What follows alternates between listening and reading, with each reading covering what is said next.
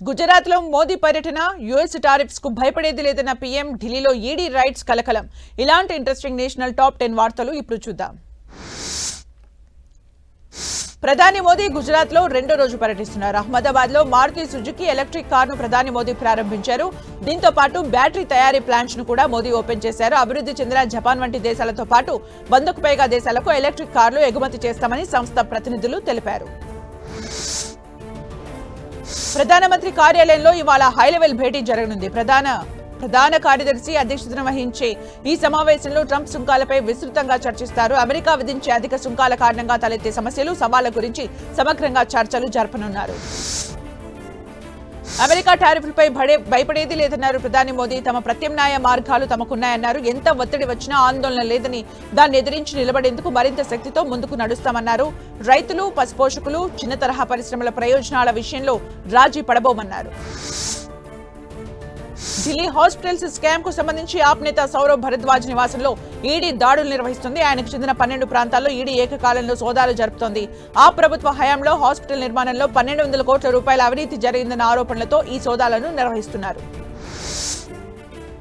ఆప్ నేత సౌరవ్ భరద్వాజ్ నివాసంలో ఈడీ సోదాలపై ఢిల్లీ మాజీ సీఎం అతీషి స్పందించారు ప్రజల దృష్టిని మరల్చడానికి బీజేపీ ప్రభుత్వం ఆప్ నేతల్ని టార్గెట్ చేసిందన్నారు బీజేపీకి వ్యతిరేకంగా పోరాడే నేతల ఇళ్లలో ఈడీ సోదాలు చేపట్టడం సిగ్గుచేటన్నారు భరద్వాజ్ నివాసంలో ఈడీ సోదాల్ని అతీషి తీవ్రంగా ఖండించారు యూపీలోని లక్నోలో గ్రూప్ కెప్టెన్ శుభాంశు శుక్లా సందడి చేశారు తాను చదువుకున్న స్కూల్ను ఆయన సందర్శించారు ఇక్కడికి రావడం చాలా సంతోషంగా ఉందన్నారు తాను చదువుతున్న తరగతి గదిలో కొద్దిసేపు కూర్చున్నారు అనంతరం స్కూల్ యాజమాన్యంతో మాట్లాడారు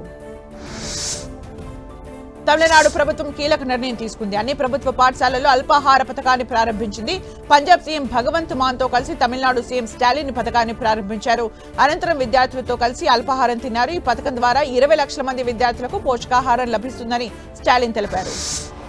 హర్యానాలో శాసనసభ సమావేశాలు సీఎం నయాబ్ సింగ్ నైనీ సైకిల్ పై వచ్చారు పర్యావరణ పరిరక్షణకు ప్రతి ఒక్కరూ పాటు పడాలని కోరారు సైక్లింగ్ చేయడం వల్ల ఆరోగ్యంతో పాటు పొల్యూషన్ నుంచి పర్యావరణాన్ని కాపాడినట్లు అవుతుందని చెప్పారు ఢిల్లీలో యమునా నది ప్రమాదకర స్థాయిని మించి ప్రవహిస్తోంది వరద ప్రవాహం లోతట్టు ప్రాంతాలను ముంచెత్తే అవకాశం ఉండటంతో అధికారులు అలర్ట్ అయ్యారు నది పరివాహక ప్రాంత ప్రజలు అప్రమత్తంగా ఉండాలని హెచ్చరికలు జారీ చేశారు జమ్మూ కాశ్మీర్ హిమాచల్ ప్రదేశ్ లో వరదలు బీభత్సం సృష్టిస్తున్నాయి జమ్మూ కాశ్మీర్ లో ఆకస్మిక వరదలు విరుచుకుపడుతున్నాయి పలు ప్రాంతాల్లో కొండ చర్యలు విరిగిపడ్డాయి వైష్ణోదేవి యాత్ర మార్గంలో కొండ చర్యలు విరిగిపడ్డాయి ఈ ఘటనలో 5గురు మృతి చెందగా 14 మందికి గాయాలయ్యాయి